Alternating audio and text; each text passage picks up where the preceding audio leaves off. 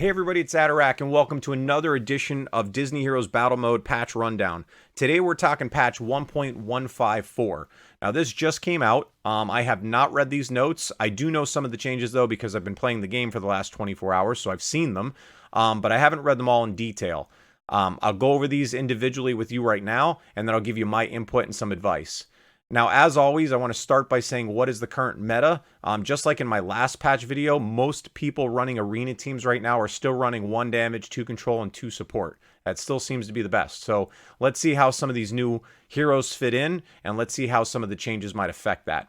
So first and foremost, Disney welcomes us here and says this release features a Dr. Facilier from Disney's The Princess and the Frog and Powerline from a Goofy movie.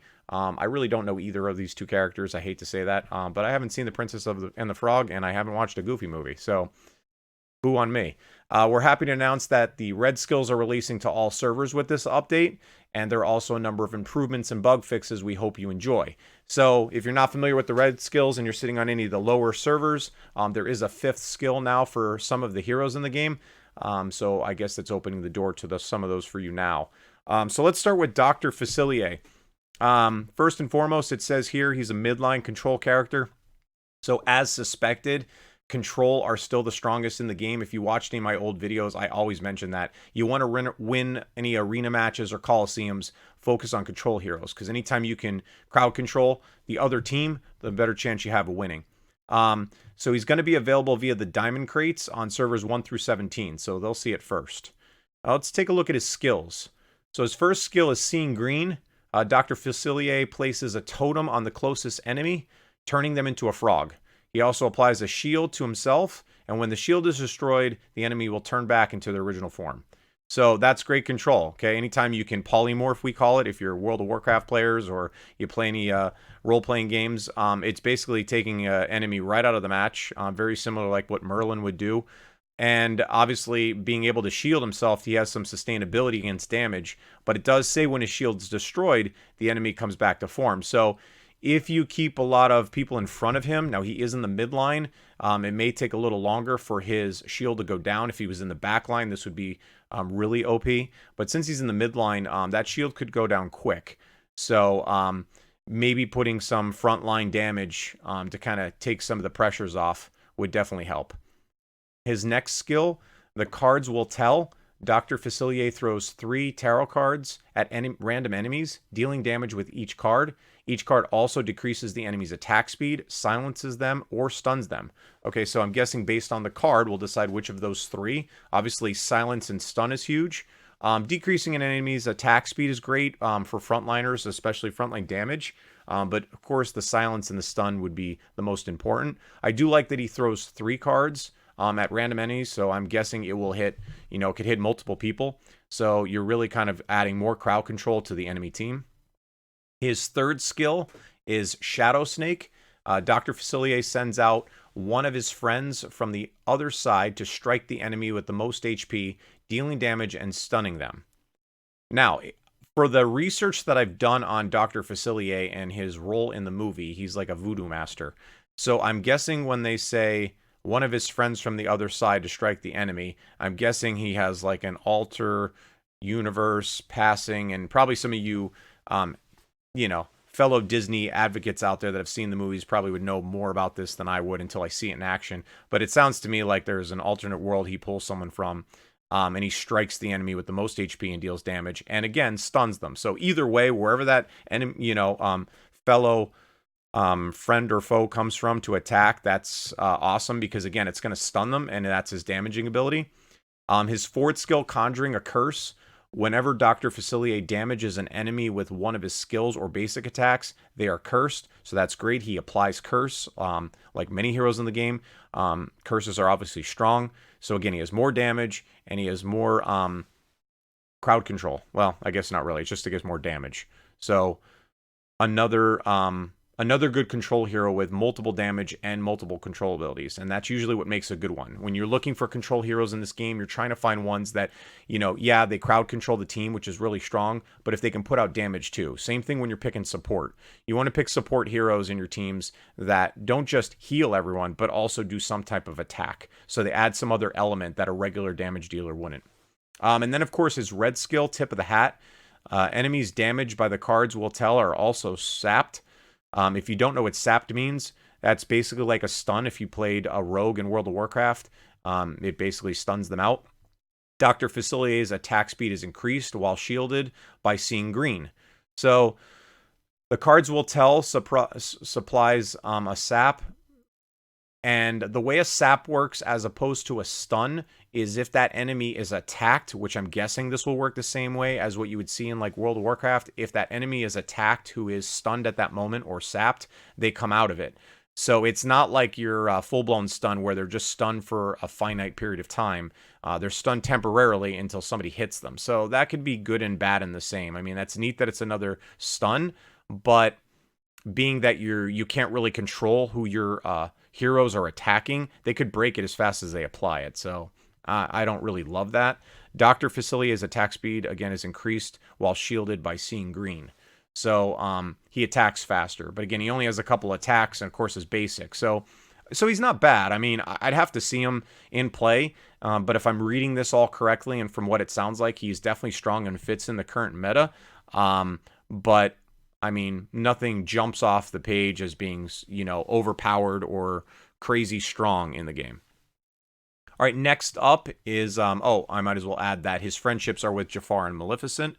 Again, have to look and see what those discs look like. Powerline's up, and now Powerline is a frontline control hero. Okay, so again, more control heroes. So it still fits with the meta. Now, he's a frontliner, so the problem with frontliners is, of course, they have to be beefy enough. So when you're picking your team and you're putting, and you're doing a single damage, 2 control, 2 support, your damage tends to, you tend to want to have a frontline damage hero. That's because you want somebody out there that's going to do the initial damage, but still be tanky enough to kind of take some of the hits and leave your support and control in the back to continue to push damage, but to crowd control and support the rest of your team. Now, having a control in the front line is going to be interesting because if your damage is out there also, it could deter some of the damage going to your damage dealer. It could force some of that to go to this control hero. So he better be tanky if he's going to be in the front. So let's take a look at his skills. So his first skill, Laser Light Show. Powerline unleashes a laser light show, dealing damage to the enemy team and blinding them. The damage dealt by this skill increases each time an enemy is blinded. The damage boost resets between waves. Okay, so there you see his crowd control. He causes a blind. When somebody's blind, they have trouble attacking or hitting or landing strikes. So that's good. The damage dealt by the skill increases each time an enemy is blinded. So that's good. It's a combo for him. He's obviously applying crowd control, but he's also doing damage. So that damage boost is nice. The question is, how much damage does that equate to? So we'd have to look at the numbers of what he puts out. Next is Electrifying Entrance. Powerline arrives fashionably late to combat with a big entrance, dealing damage to all enemies and blinding them. So again, he's heavy on the blinds here. He's blinding again. So he comes in late in the match, kind of like Aladdin or anyone like that, and attacks the whole team. Similar like Baymax. So that's kind of cool. He won't get attacked immediately. And again, he'll apply a blind, so preventing the other team from attacking. And the fact that he hits all enemies is huge. So it really takes the team out for a hot moment there where they can't attack. So that does seem pretty powerful that it hits the whole team. Next is Showstopper. Powerline summons clouds of dry ice to complement his dance moves, freezing all enemies the clouds touch. Okay, so that's huge. That could be a full team freeze. Very strong anytime you could freeze or stun or lock out a whole team or a group of people. So another really good control. I still haven't seen anything, though, that justifies him being in the front line. I still don't see anything as far as his health and his tank ability. So next up is Smooth Moves. Powerline takes less damage from blinded enemies. Okay, so there it is right there. So I spoke too soon. So because he applies 2 types of blind with 2 skills, and he takes less damage. Now it just says less. I don't know what that percentage equates to. But there's his sustainability. So he may not have a lot of health, but what he will do is not take as much damage if he draws the aggro from them. So meaning if they are attacking him. Lastly, his red skill, Mic Drop. Powerline and his allies gain skill power for each basic attack Powerline performs per wave.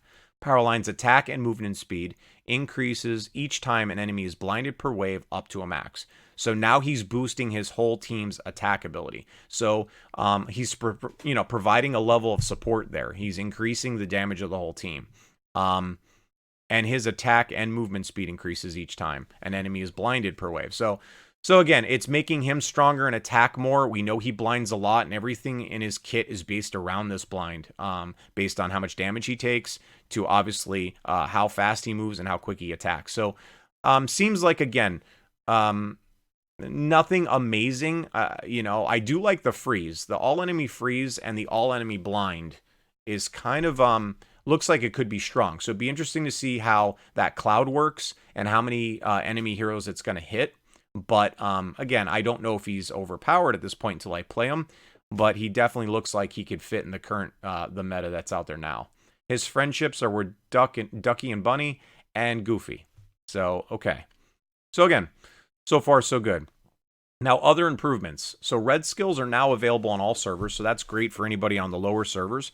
For servers that are not yet at red rarity, red skill will automatically be available when they reach red rarity. So that just means if your badges aren't red yet, if you're still in orange, you're not going to see it. But once you might see it, just might be blocked out. But as soon as you hit the badge level to red, the skill will become available.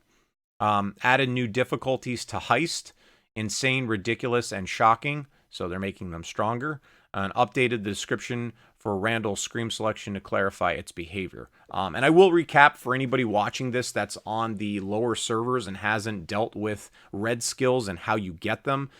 You will have to have a pretty significantly strong group of 5 to get yourself through City Watch hard mode. What you're basically going to do in order to unlock the red skill of a hero, and you'll be able to see which heroes are eligible. If you look at their little portrait under your hero screen, down in the corner of their portrait, there'll be a little circle that looks like it's empty. That's the red skill box. When that fills up, that means you have it. And of course, if you click on skills and see it at the bottom, it's either going to say tell you it's coming soon or it's available. Now, a couple things you're going to need. You're going to need additional hero chips of that hero. It'll tell you how many next to the skill on the skill screen. You're also going to need a special, I don't want to call it hero chip, but it's a special skill item that you're going to get from the epic level of City Watch. Now, in order to get into the epic level of City Watch, you're going to have to be successful on hard mode City Watch. So as you destroy zones in hard mode of City Watch, you're going to unlock keys. Those keys are going to be used to unlock running around in epic difficulty of City Watch. So you want to run hard mode, complete it, and then usually what I do is, you get 5 instant raids on it over the next couple days and stack up all the keys that you'll get from running the 5 raids. You'll have more than enough keys to run a round in Epic. When you run the round in Epic, everybody is really, really extremely tough to beat. What you'll be able to do is any of your heroes that have red skills you can use, and to attack, obviously, in that epic difficulty. As you attack each zone in the epic difficulty, just like you would City Watch, as you win each of the zones, you're going to unlock, it's kind of like a little slot machine. It's going to roll off 3 little windows, and it's going to pick from the red skill heroes that you had in the battle when you won, and it's going to give you a number of chips towards them. And then you'll have to sustain, you'll have to get so many chips, which again, the skill will tell you, in order to be able to level that skill. So I know that sounds kind of confusing, and I wish I had it on the screen to show you, but just know that you're going to need to fill up on hero chips. So if there's a hero that has a red skill access to you, start, running raids on the elite campaign if they're available there, or buying them so you get enough regular hero chips, and then start building a team right now that can successfully clear hard mode so that you'll be able to fill up on keys to run the epic. And it kind of self-explanatory. Just run the epic and win, basically. So bug fixes, I don't really care about. Like, fix the bug that caused red skill unlock chat message. I mean, nobody cares. You could read that yourself. New hero locations and content adjustments.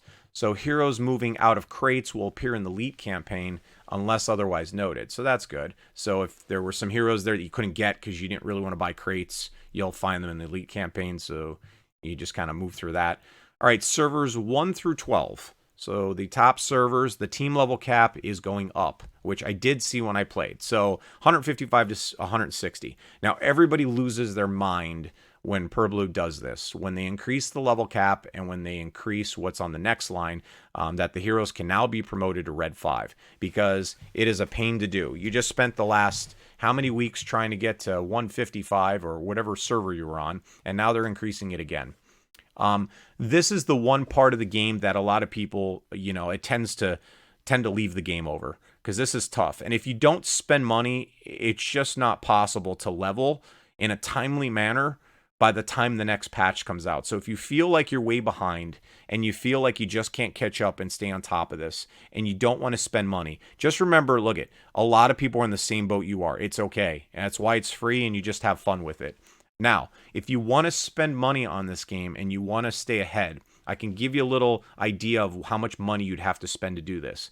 So if you were on servers 1 through 12 right now and you're sitting at 155, you would have to probably have around 78,000 stamina saved. Now that's usually, like, I'll put that in simpler terms. If you see like those little stamina packs where it's 60 stamina per stack, and you could usually buy them for a couple bucks for about $10, depending on what options they give you. So about $4.99 supplies you with 400 and some stacks of 60. So if you bought 2 of them, you're going to be just around 1,000 stacks of 60. You would need a little over that. You'd almost need 3. So it's roughly going to cost you around $15 if you see any of those advertisements from PurBlue for the $4.99 packs that supply you with at least 400 and some stacks of 60 stamina. So $15. You would also need to use the experience coin. So I believe it's the coin. I forget which one it is now, the icon, but whatever. You'd have to use the experience buff that you get, one of the items that actually gives you increased experience to heroes for the next 24 hours.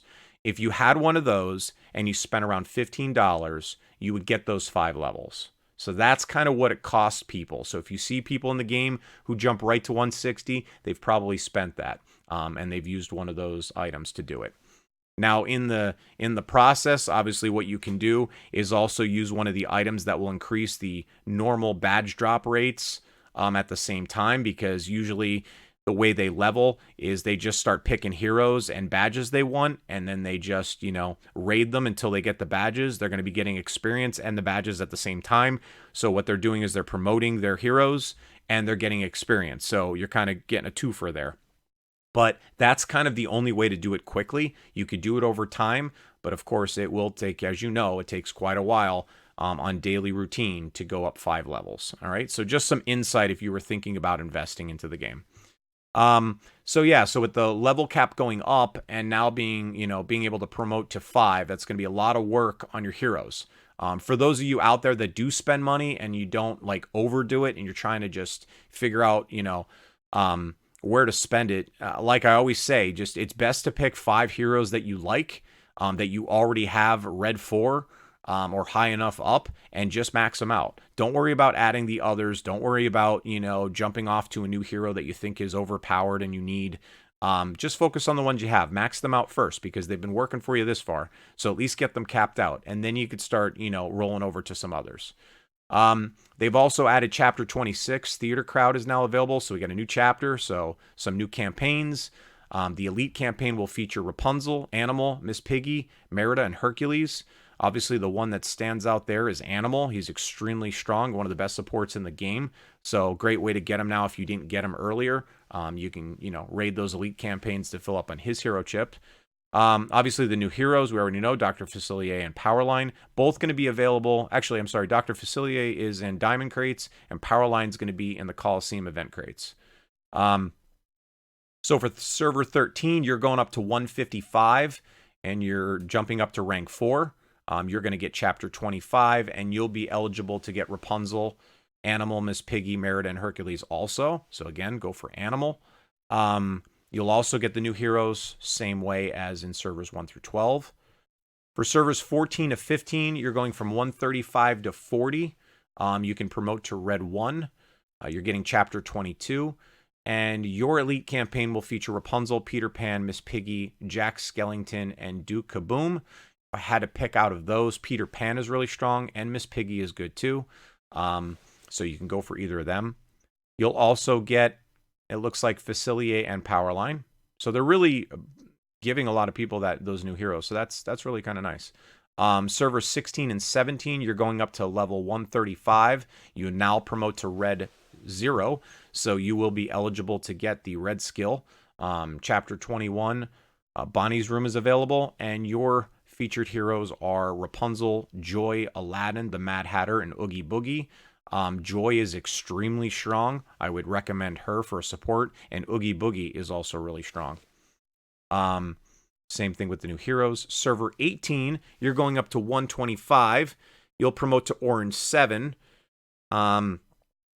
Chapter 19 is available, and your feature heroes are Randall Boggs, Darkwing Duck, Baymax, Oogie Boogie, and Hercules.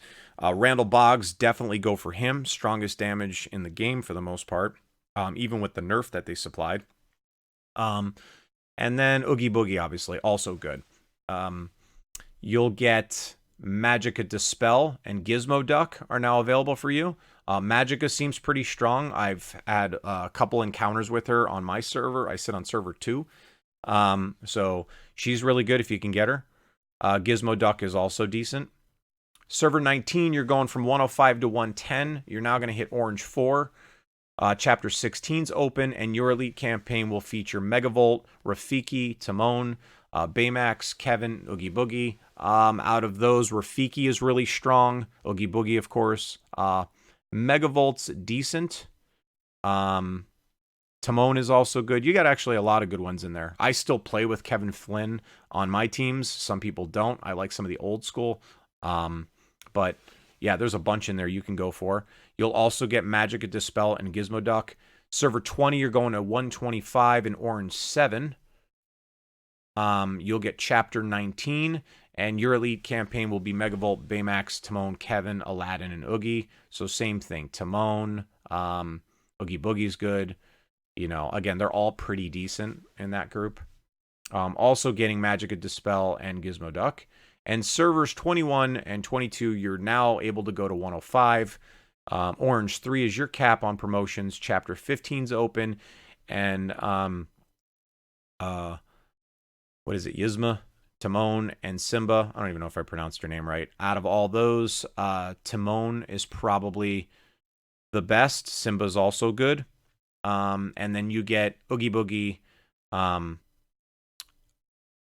Madam Mim, and Yzma, if I pronounce that one, or Wisma. I don't even know how you pronounce it. Sorry. But also decent. So everybody's really affected by the level cap, and you're also affected by the new promotion. So again, I know it's tough when this happens because you just feel like you're just catching up, and then they go and increase it all again.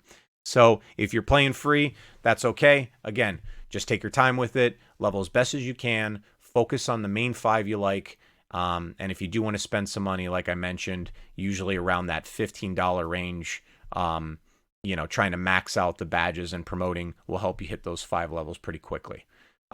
Look out for my next video I'm going to post later this week. I'm going to start talking about teams for each of your servers. I'm trying to get a grip on these servers here. From stepping away for so long, I haven't really, with the merging of the servers, I'm trying to figure out where you guys are all landing. So I made heroes on all your servers so I can kind of see what, or I made accounts on all your servers so I can see what heroes are available. And I'm going to help you build some teams so you have a good idea of who you should be focusing on, who the strongest are per server. So I'll be releasing that later this week, so make sure you check out. As always, don't forget to follow me on Twitch, Instagram, and Facebook at Adorak. That's ADD ADORAK. And I appreciate you coming out for this video, and I look forward to talking to you soon. Have a good night.